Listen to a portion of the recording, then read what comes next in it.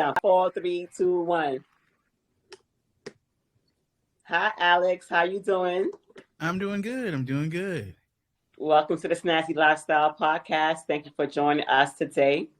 No problem. Glad to be here. Welcome, Alex. What are we talking about today, Alex? You look like you have a little green room back there. I mean, we can talk about whatever you want. What's show. Back there? That's like a green room or something? I mean, it's just the lights. That's the color of the day. I got the Joker theme going on. We got a little purple, some green. So, let's see. What's your background? Where are you from? I grew up in Maryland, and now I live in Orlando, Florida. I moved down here about almost 20 years ago now. Oh, wow. Okay. Look at that. Yes. I've just moved to Florida myself. Okay. Well, you said 20 years ago, but I just moved here about 2 months now. I'm in Riverview, right outside of Tampa. Right outside of where? Tampa. Okay. Mm-hmm. Oh, so y'all neighbors over there. Oh, yeah. Hey. You in the Sunshine State, Alex. We like the warm weather. I love it. Yes. And what's your organization? You said that you have an organization. You deal with media, right? Yeah, my company's called I Am Media. We're a video marketing and podcasting agency. We work with small businesses, nonprofits, coaches, consultants to create content that's going to help grow their brands, grow their sales, and accomplish goals for their businesses. Do you work with the big chains as well? Not really. I mean, I could work with bigger businesses, and I have worked with some large businesses in the past, but I kind of prefer small to medium-sized businesses because in those organizations, I usually get to work directly with the owners or the directors of operations, and that means decisions get made a lot faster. Like, for instance, I have a proposal that's supposed to be closing this week for a larger company, and it's taken probably almost a month to get this deal to this point. And I'm used to things if someone wants to go, like it happening a lot faster than that. Okay, so when you deal with the smaller companies, that how long does it take? About a week or two? Once they're really interested, it can be as fast as the next day. Like I have a gentleman that we just started working with. He owns a tree service, and he met me on Wednesday, said he wanted to have a call. We talked on Friday, and he was like acting like the deal was already done. I'm like, oh, okay, we can go. Let's do this. And by the next Tuesday, we were shooting. So. Wow.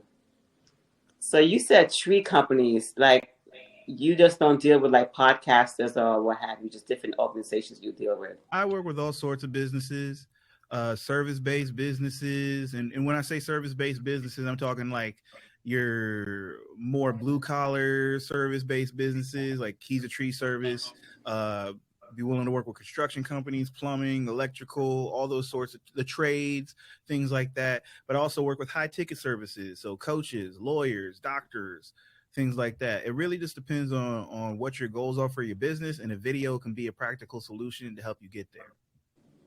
So you got to pinpoint, okay? You said video and stuff, like that's marketing, video, the word of mouth, like flyers, business cards. Our solutions are video based. Okay. So everything we do involves video in some capacity. I'm not into print. I'm not into graphic design or any of that stuff. I don't do web design. I mean, if you need it and we're already working on a project, I'll find a way to get it for you. Because I have relationships with other agencies and things like that, where it's not a problem to reach out to my connections and be like, hey, I've got a client who needs this, and I can become the point person to make sure that they get the services that they need. Because a lot of folks, they want agencies where it can be a one-stop shop. But the problem with that is most agencies that you run into who say, yeah, we do video, yeah, we do web design, yeah, we do SEO. They said they have like a laundry list of stuff that they do on their website. Most of the time, they're really only good at one or two things. Yeah. And so, son. Oh my God, so cute. I told your sister that I was not to be disturbed. He's so cute. My bad. Oh. Bye. Hi. You enjoy the show too? So cute. But as I was saying, I totally lost my train of thought. Okay. So, would you say you do like commercials? Would you say call it like a I have commercial? done commercials in the past. I'm not a huge fan of commercials as such, like the way that people usually think of them, Okay. TV commercials, because advertising is different from marketing and branding, Right. right? Advertising tends to be what's called direct response, which is where it's almost an immediate ask. Like you see the TV ad, you see the commercial, whatever, and they're saying, "Oh, it's a sale. You should come in now, or you should buy this or this." Like, I'm not really a fan of that because that's what's called interrupt marketing.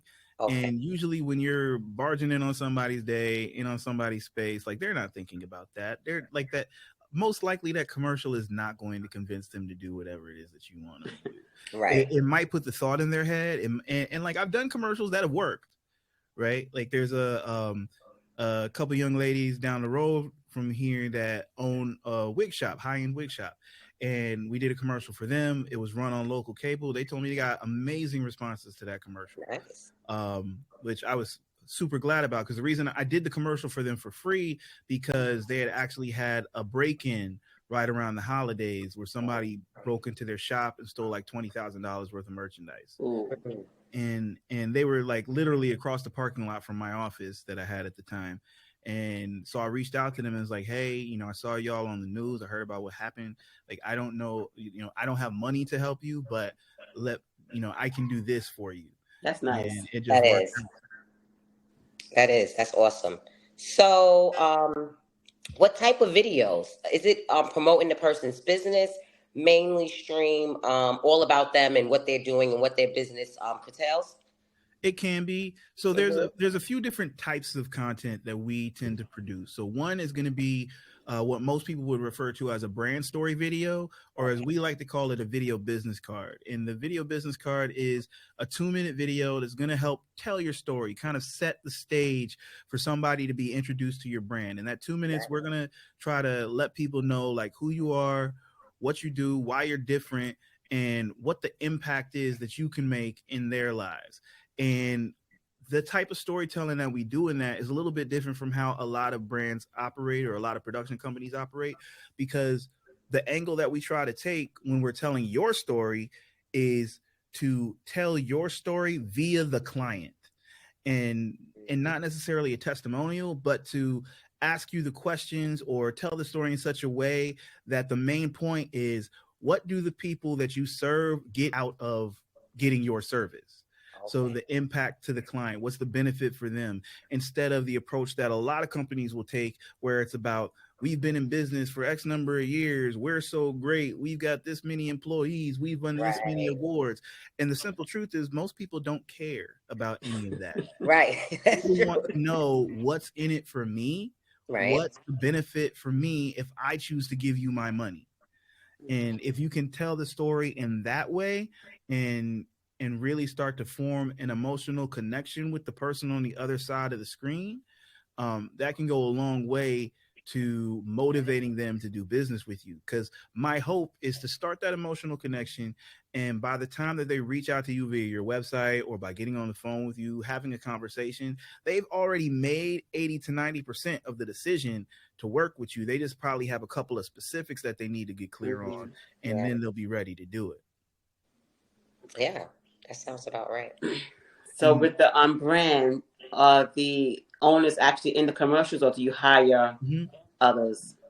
So if with actual commercials, actors are a thing. A lot of times you will do things like that. When it comes to telling the brand story or the having the video business card, as much as possible, I want the owner to be, or who, and not necessarily the owner, but whoever is supposed to be like the representative of the brand, they need to be in there, because these days it's a different world. It's not like for instance, it'd be very hard for a Coca-Cola to get built today, right? Right. Or just think of a big Yeah. national brand where you have no idea who's at the head of it. Right. Like even big multinational corporations, you know the faces of the lead person. We know Bill Gates. We Right. know Richard Branson. We know the folks. We know dude from Facebook. You know, like there's so many big organizations. Mark Zuckerberg. There's so many big organizations where we know who's calling the shots at the top. And true, they may have a board of directors. They may have other folks under them that are, you know, calling shots for different departments and stuff. But we know who the buck stops with. So when Facebook F's up, right, they call him Mark Zuckerberg on. Yes. If, you know, Microsoft steps out of line, well, I mean, I think Bill Gates has kind of stepped away a little bit, but back in the day, like when Microsoft was getting rowdy, they knew it was Bill Gates. You know, when it was Apple, it was Steve Jobs. I don't remember the name of the dude who's the head of it now, because I'm not an Apple fan. But you Android, you. I have an iPhone. But the only reason I have an iPhone is because the camera is so good. Yeah. Otherwise, I would have stuck with Android. Okay. And so in today's in the times that we are in, people value knowing who their money goes to. They value knowing that the brands that they support stand for something. I agree. They want to feel good about spending their money with you. But if they don't know who they're spending their money with, how do you expect them to feel good about it? Right. And so that's why I encourage smaller businesses, medium-sized businesses to stop trying to hide in the shadows, hide behind a brand image or a logo, and to put in some face time with the people that you expect to give you money. Right. Because the thing is, they've done studies, they've taken statistics, and all of it says that people these days, especially younger folks, millennials, Gen Z, whoever's coming after Gen Z, like I can't keep up with the name of all these names. I know, right? I barely qualify as a millennial. But it basically says that they value knowing who the leadership is. They value being able to put a face with the name brand, and they want to see things like the CEOs talk on video. It says that the employees want to see the CEOs and the leadership talk on video so that they can feel more connected to the brand, that they understand like who it is that they're working for and why it is that they're doing whatever it is that they're doing at the end of the day. People want to have a purpose, and if you never talk to them, it's hard to form that connection. And that emotional connection leads to brand loyalty. Like the thing with Apple, which I'm not a fan of, but a lot of people are, is because they give you an experience. Okay. Right. Yeah. Mm-hmm. And so while Steve Jobs may not have been the cuddliest person ever, or the guy who's running the ship right now, they seem very intellectual, very aloof. I mean, they're a little charismatic, but not necessarily the guy that you go get a beer with, but they fit with the brand aesthetic. They fit with the brand experience. And Apple is really not a tech brand. It's a luxury brand. And a lot of people buy Apple because they feel good buying Apple. Not necessarily because the tech is the best, because a lot of folks who are spending all that money on Apple, they don't need the tech per se. You can get with the new chips that they got out and everything, they kind of taking it to another level. But with the previous generations of tech, you could go get a PC equivalent for like half the price. Right. But they kept coming back to Apple because of the experience. Yeah. That's true. Yeah, and because of the look. So, that's true. I mean, Apple is my thing. Let's sidebar the Apple and Android. What's the difference? Because they all do the same thing. Being that you're marketing fundamentally, they do the same things, but they do it different ways. And part of the appeal of Apple is the closed ecosystem, which is one of the things that drives me crazy.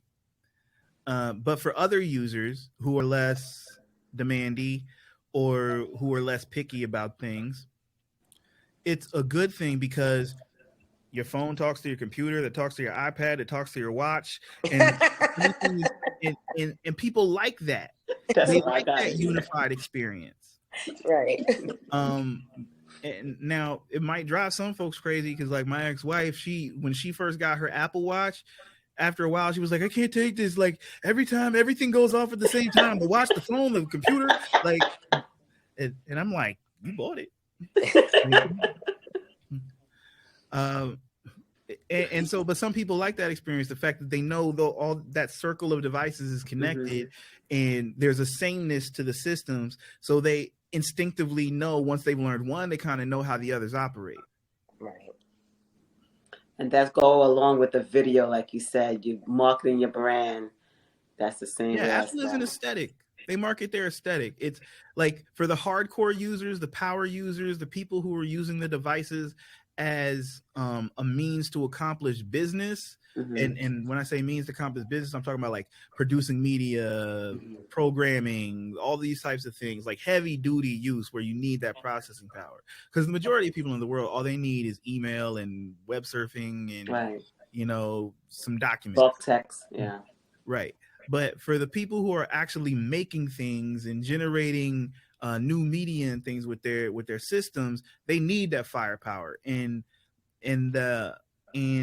because Apple owns the system from end to end, they're able to produce a product that performs better in many instances than a product that is made from parts that are like kind of grabbed from everywhere. Yeah. Right.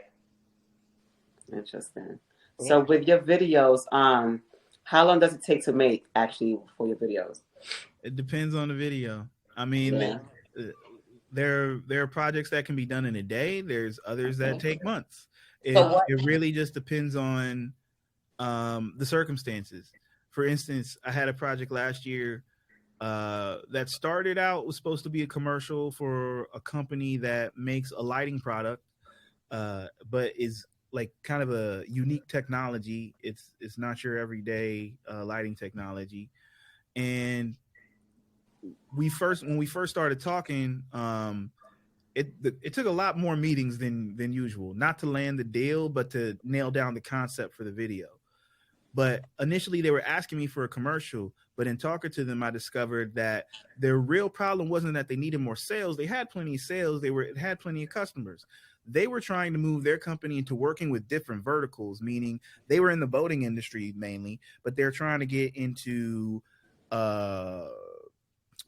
aircraft. They're trying to get into car manufacturing, not manufacturing the whole car, but lighting elements for the car, just in all these different things, creating, you know, backpacks with lights woven in and safety equipment for like first responders. So they're trying to move into all these different verticals. And the thing was, people didn't understand what the technology was. They didn't understand the basics of how it functioned. And so at that point, I'm like, well, you don't need a commercial. You need a documentary that, you know, gives that explanation of what the company is and how the technology functions, at least on a basic level, because it's a fiber optic technology. And a lot of folks, when they saw the initial way that the product is presented, when it's integrated into boats and things like that, they think it's just an ordinary LED panel. And it's not LED at all. Okay. Interesting. Right. So I guess I want to say, to answer your question, sorry. Okay. Is that project took several months to complete, just partially because of the back and forth with finally nailing down what the concept had to be, and then the logistics of it, because they found me because they have an office in Florida. They have a warehouse in Tampa. Okay. And so they were looking for somebody to help them in Florida shoot. But the parent company is actually in France. And the guy who was in charge of North America was supposed to come over here to do the video. What ended up happening was that there was some sort of trouble with his visa or passport or something like that. Some French government paperwork was not in order. And so he kept having to delay. And finally they were like, yo, we just want to get this video done. Like, and I was like, say less, I'll find a guy. And so I found it. I have a vast network of other video professionals, both nationally and internationally. And so I reached out to my contacts. I was able to find a young man in France whose work was pretty good, and was like, "Hey, bro, I've got a gig for you. Are you willing to go down to my client's office and be my hands and feet and run this camera and get this footage and help me do what I need to do?" And he said yes. And so him and one of his partners, they ran down there. They got all the B-roll I needed. They sat down and set up an interview for my client. I outlined all the questions, sent them over. And normally I would have phoned in via Zoom or something and conducted the interview myself. But I had another shoot on the day that they decided that they wanted to get the project done over there. And so I had to leave it in the young man's hands with the questions, but he did a great job, and we got the content we needed, and I put the project together back here. Awesome. Wow. So well, that really took care of my next question. So I was going to say, there's really no time frame on it. Like, okay, someone who came to you new and they say, people, they come very excited and they say, I got this, I want to do this. And you don't really have a time frame to say that it'll get done. Well, typically once production is wrapped, I like to have things.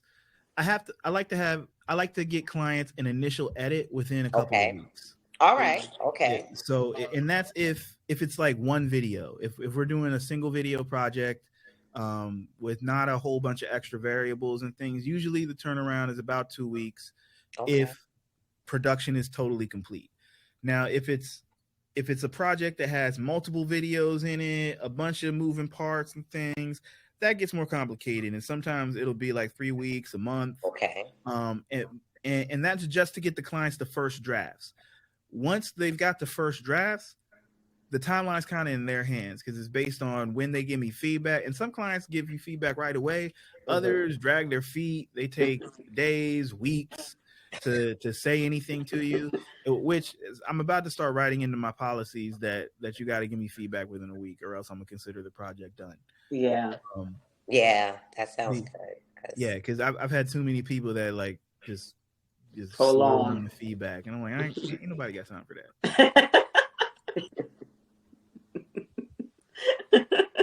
So besides doing brands, what else did you do? Like music videos as well, or just when I first started? We did some music videos, and I had fun doing them because I used to be an artist myself. I mean, you don't ever really stop being an artist, but I just don't have a lot of time between the company and kids and just everyday life. But music videos are fun. But typically, most of the music videos that you're gonna get are for independent artists, and they ain't got no money.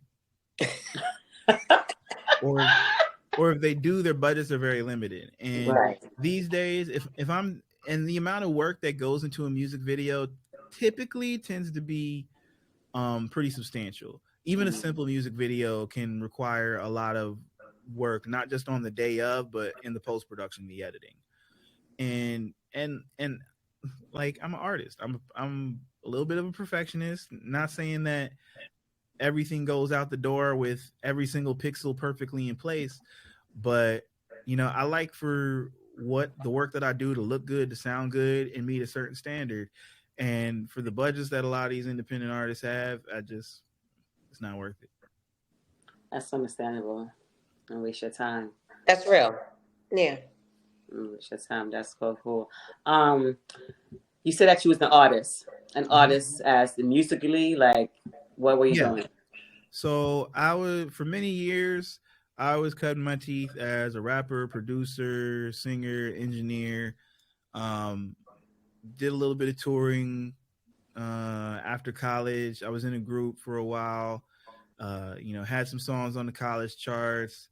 What are these songs? Who is this group? What is your name? Let's go. So the group was called Caveman Theory, and we put an album out called the Stone Quartet. You can probably still find it on iTunes or streaming services or whatever. It was a good album. Storm Quartet. Okay. Yeah, I'm gonna check it out. We made some really good music, had some really good times, but young men tend to not be able to keep it together. So that was college days. It was after college, Okay. but it was still, still around that age, and Mhm. and it was just, we weren't all moving in the same direction, weren't all on the same page, and so we wrote it out as long as we could. But what happens happens. Yeah, I had my little time as an artist too. I know how that could be. Yeah, especially when you're younger. Everybody go their different ways, and yeah, maybe you guys could come back like a reunion now. And I doubt that. I doubt that. And now look, like on the music terms, I'd be down for it, because I firmly believe that the four of us together have made some of the best music we ever made in our lives. On a personal level, I don't know. Okay. Like two out of the three other dudes, I know I'd be cool with. One, I don't know how he would feel about it. Okay. So what was it? Hip hop, R&B? Yeah, it was hip hop. Okay. Oh, okay. You spent some bars. Okay. All right. Yeah, I did sometimes. And you said you was touring too, right? We did a little bit of touring. Yeah, we went up the East Coast, over to the Midwest. I think we went to. I think we got as far as Cleveland. Okay. I don't know. It was a while ago. So Nice. Back in my younger days. So when did you actually start doing your videos? You went to school for that. No, I went to YouTube University. So everything that I know about shooting videos, I either learned on the job as a camera operator for corporate events, or from YouTube. And YouTube is really where I started like learning the art of filming. That's awesome. And that's why I went to college. I went to Hampton University for a little bit, and then I went to Full Sail, which is a media and art school down here in Orlando. And I value my experience. I value everything that I learned there, but I don't currently make money doing what I went to school for. Even though like part of that learning helps me be better at what I do, but I have made most of the money that I've made in my life off of skills that I taught myself from YouTube. That's great. That's great that you can do that you can sit there and learn and pick up from YouTube. Yeah, well, I kind of have an obsessive personality. I don't know whether it's the ADHD or if it's just me, but I tend to get stuck on something and dive super deep. My mom's the same way too, because she got on a health kick years ago, and now she is like this big. And I mean, more power to her. She's the healthiest person in her family. And now I'm trying to get like her, because my family definitely wasn't the healthiest growing up. But my mom completely turned that around. She walks like, I don't know, like 10 miles every day, and awesome. Nice. and just like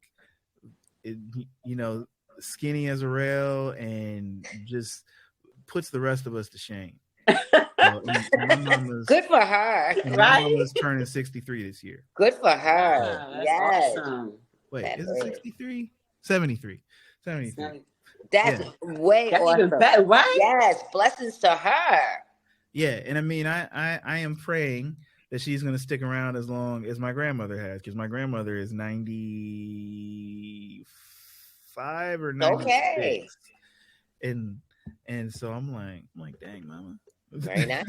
So now it's time for you to go walking for 10 miles. That's what I was going to say, because now you know the longevity's in your family, so you just gotta. Unfortunately, I inherited my daddy's knee problems.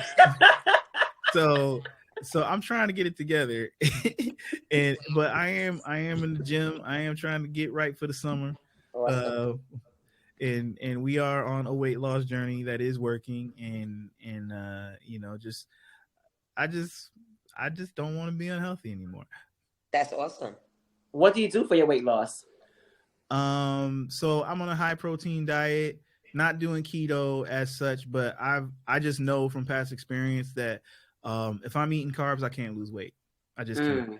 I've tried it several different ways throughout the years, and the only time I've ever consistently lost weight was doing a low carb diet. And so now I'm concentrating on not just low carb, but also having high protein, I'm in the gym 4 days a week at least, and I got a personal trainer that I see once a week. And then just watching what I eat. Good for you. Sounds like you're on the right track. It's working. Yeah. It's working. And how about pressed juices? Because Tamesha, she has a company as well, Heal Thyself.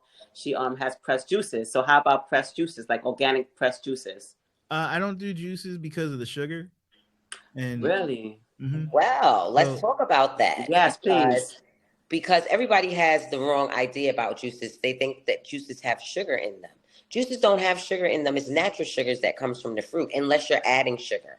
Like a lady that I met today at the gym, when I told her I juice, she said to me, "Oh my God, do you put sugar?" Because the lady that I'm ordering from the block put sugar. I said, "No, everything is natural."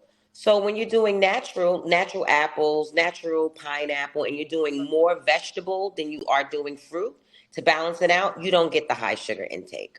Well, for me personally, the way that I'm eating is for me, the way that I'm eating, I just consider sugar, so it doesn't matter the source. And the thing is, if I'm eating whole fruits and vegetables, it's balancing out whatever carbs are in there with fiber. Right. Yeah. And so when you're juicing, there's no fiber to balance it out. Oh, that's not true. You get fiber exactly from the juices. You get the fiber from the juices. A lot of people like to pour it off and just get the juice, but you have to keep that. I don't pour any fiber off. That's where you get the fiber from the juice. Yeah. It's all in there. It's all in it. Remember, it comes from the earth. It's God's natural green earth. So everything that you would get from whole, you get the same thing from juicing, as long as you're not adding any additives to it, and you're just juicing straight kale, straight apple, straight green apple, whatever the substance is. Yeah, it's safe. It's good. It's natural, and you can really benefit from it because it's meal replacement, and you're adding nutrients and some vitamins and stuff that you may need also to help along with your weight loss. Well, I do take I do take some supplements to make sure I'm filling in the gaps as far as the vitamins and stuff. Excellent. It's what's the thing called? There's a bunch of them that are starting to come out now, but it's the one that I take is called Athletic Greens. Okay. And so it's like a mixture of greens that's been like powdered and stuff. Yeah, I know. I used to take something like that every day too, a green fountain. Yeah, there's a few different ones that are on the market now. Athletic Greens was the first one I got hip to, but I know like Steve Harvey is pushing one, and there's a few others that I've heard about. But I mean, they basically all do the same thing. It's basically just trying to make sure that all the stuff that you would all the vitamins and minerals and things that you would normally get from the fruits and vegetables that you might be missing is trying to fill those in for you. Right. Yeah, I used to do that too. But as you go along slowly, do you have a juicer? Do you own a juicer? No, I just have a blender. You just have a blender. So, go along as you go along in your journey. Maybe you might want to just try to invest in one and just try it out. Maybe. I had a friend a few years back who got into juicing heavy, and he did drop a bunch of weight when he was doing that. It really can. You can really see the benefits from it. It's something that you really can, appreciate, because I do the high protein diet as well as you do also, but I also try to get the juices in there to get the nutrients in there, which they aid with some fat, clear away some toxins, and kind of get some stuff along the way with the working out. So it kind of like aids and pushes it all out. Gotcha. Yeah. How about detoxing? Never tried detoxing. No. But what I have added to the regimen the last couple of months is I started intermittent fasting. Okay. And so like I keep very close track of my progress, and looking back over the last couple of months, I could see like a sharp increase on the weight loss when I started intermittent fasting. Okay. Yes, that is awesome, because fasting is definitely a great way to drop down and lose weight. We try to fast 4 times a year. So, with the change of each season. So like we're going into spring now. So do a fast, like intermittent fasting, just really giving your digestive system a break. We're not have to be eating solid foods all the time. Yeah. And I've been doing research to different people who have like done experiments with intermittent fasting. listening to different doctors about intermittent fasting, Yeah. and there's a bunch of benefits to it. But and I mean, like, not just intermittent fasting, which is, you know, like a daily eating pattern, but also like legit fasting. I've seen guys who have documented.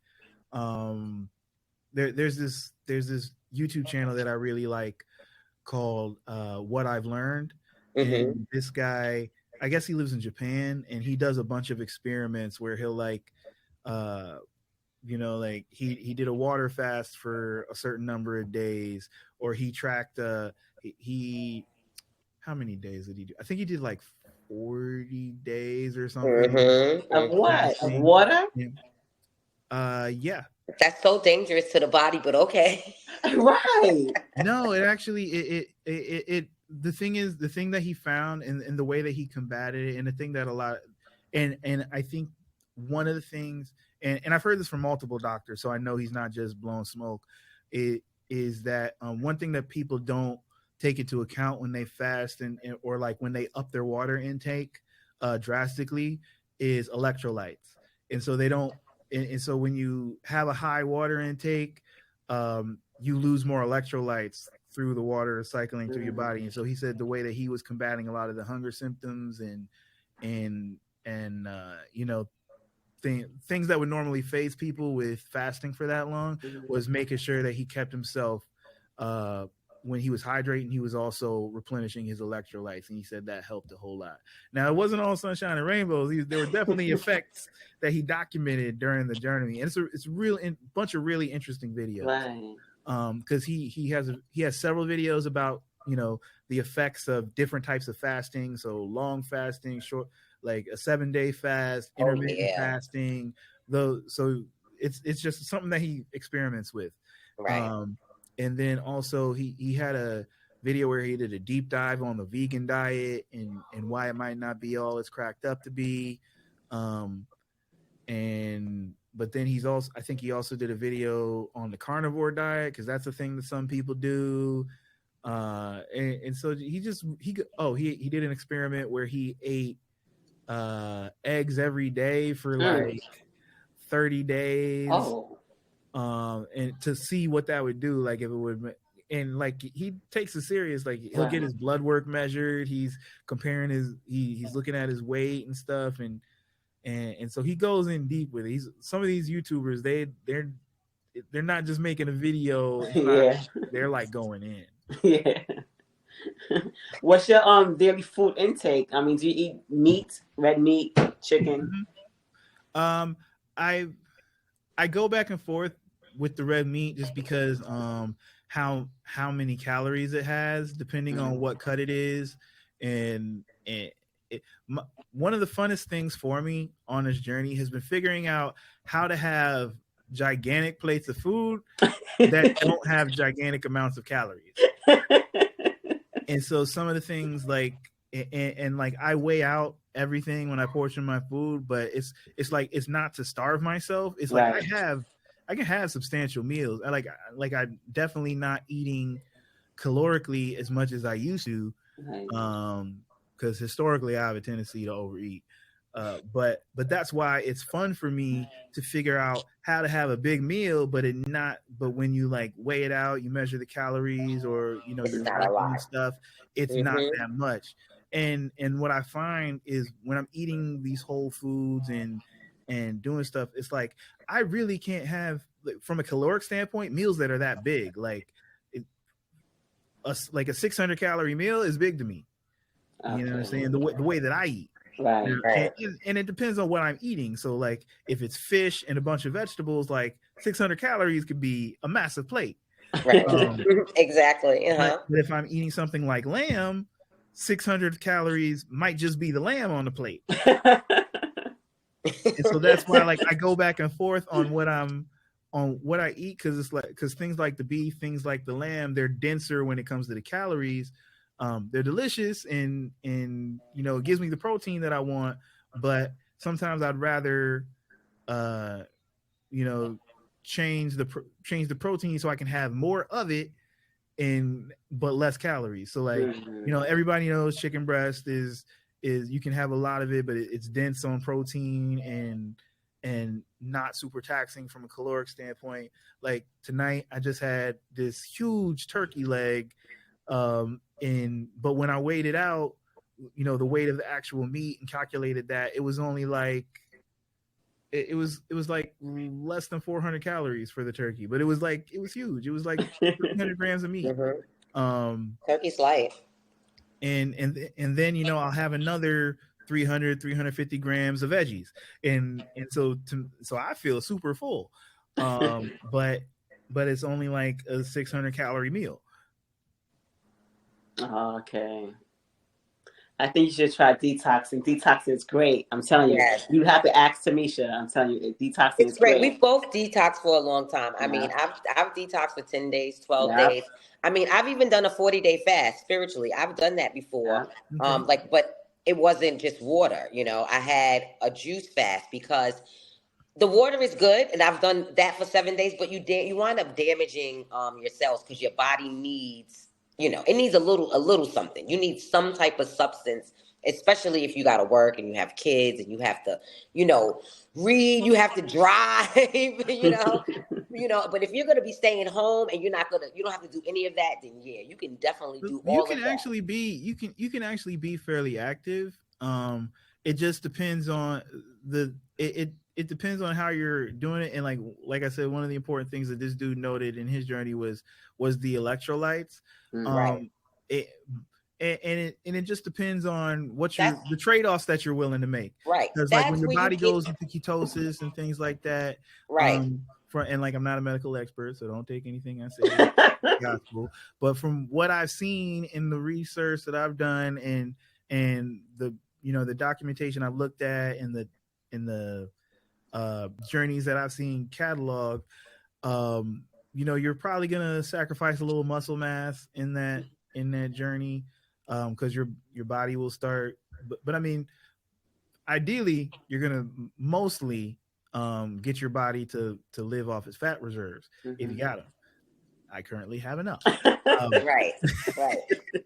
But I just wanted to say, if you don't have a lot of fat reserves, then you might have to sacrifice some muscle during that journey. Right. But I mean, like this dude, he would do like daily walks while he was doing this, and even work out in the gym. And right, I do all of that as well.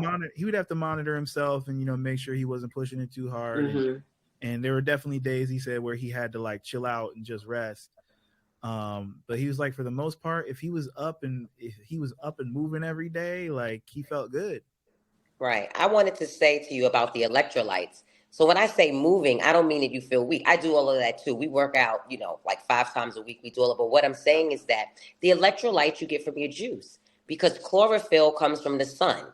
So everything that we get from the sun comes from our greens. That's your broccoli. That's your collard greens. That's your kale. That's your spinach. So everything that you get from there, you're getting electrolytes. They're in your juice. They're in your vegetables. They're in your fruits.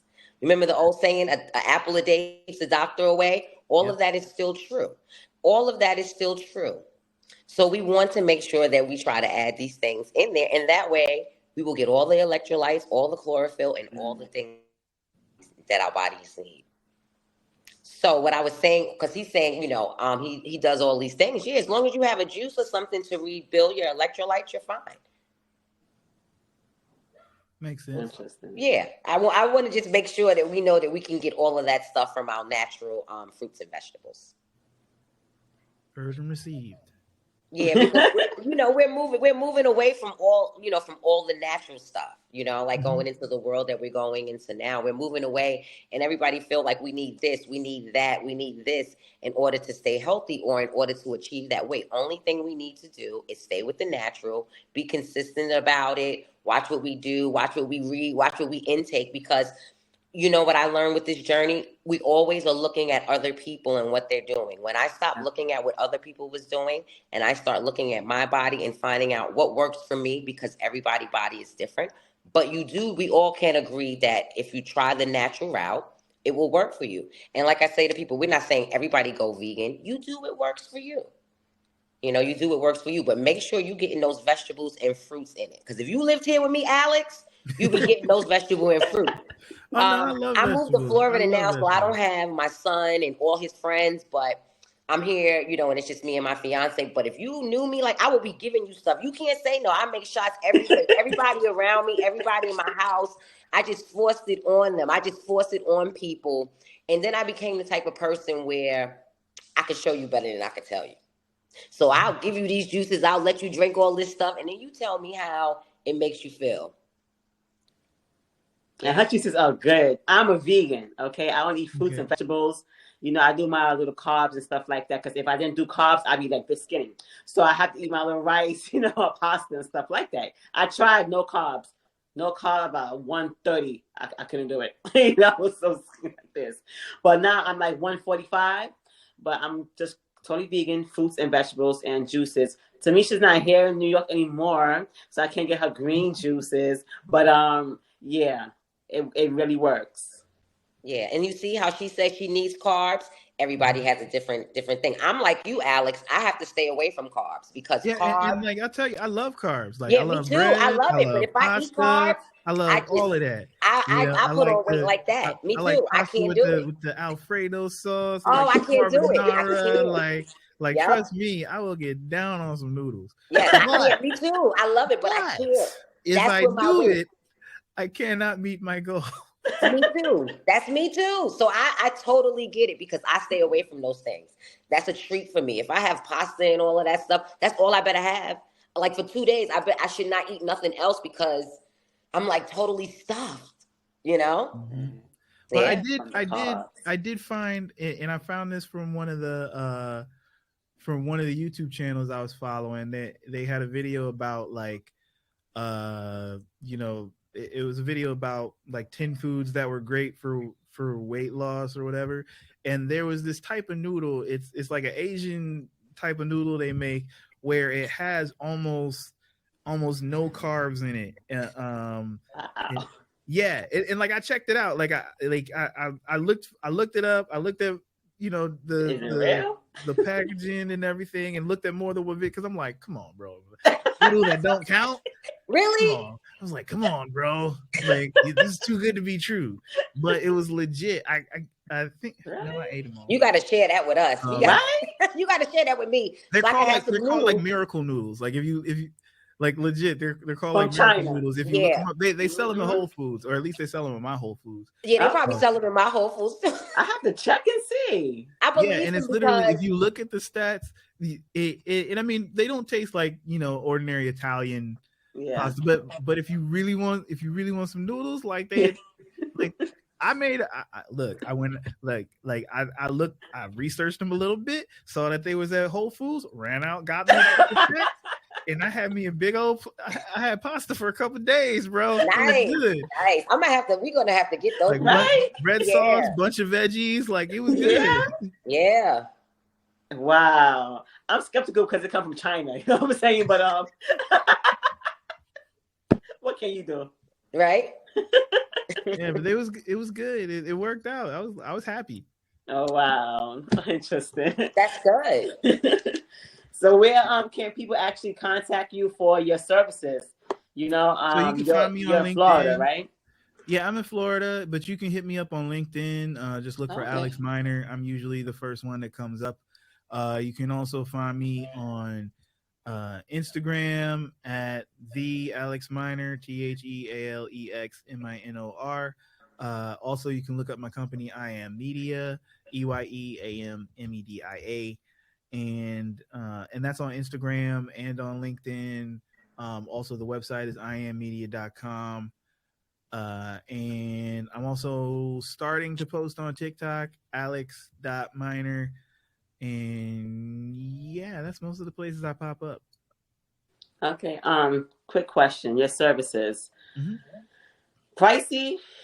What's your minimum, you know? I mean, it depends for like a on regular, for like a hair salon. Compared to some companies, I'm cheap. But compared to some companies. Okay. But there's a lot of brothers that's cheaper than me.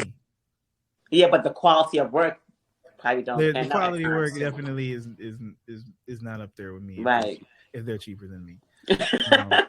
Oh, okay. I like that. And one reason I'll say that is because I'm a lifelong creative, right? Mm-hmm. And a lot of video guys are the same. They're lifelong creatives. They're artists. And the thing is, they tend to focus on the art, and I try to get better at the business. Mm. And I'm not saying that I'm great at it. There's still a lot of holes that I need to fill. Right. And there are definitely some supporting cast roles that I need to fill. But every day, every month, I am trying to become a better businessman. And focusing on that has allowed me to, in the middle of COVID, take my business from a part-time side hustle to my full-time business and support my family for the last 3 years. And to make more money doing that than I did in my previous career with, the corporate audio-visual stuff. And I spent a lot of years making 6 figures doing that. So it works. It works out well. Amazing. Well, thank you. Where did she go? Thank you so much, Alex, for joining us today. Appreciate you. It's been a great conversation. I love what you're doing with the media. I'm definitely going to contact you as well because I like to work with my kind of people as well, support. So I'm definitely going to, because we have a couple of businesses that we like to actually put out there as well. So we will actually contact you as well. And just like to say thank you and we appreciate you. Not a problem. I appreciate it. And we'll see you soon. Yes, ma'am. Thank you. All right.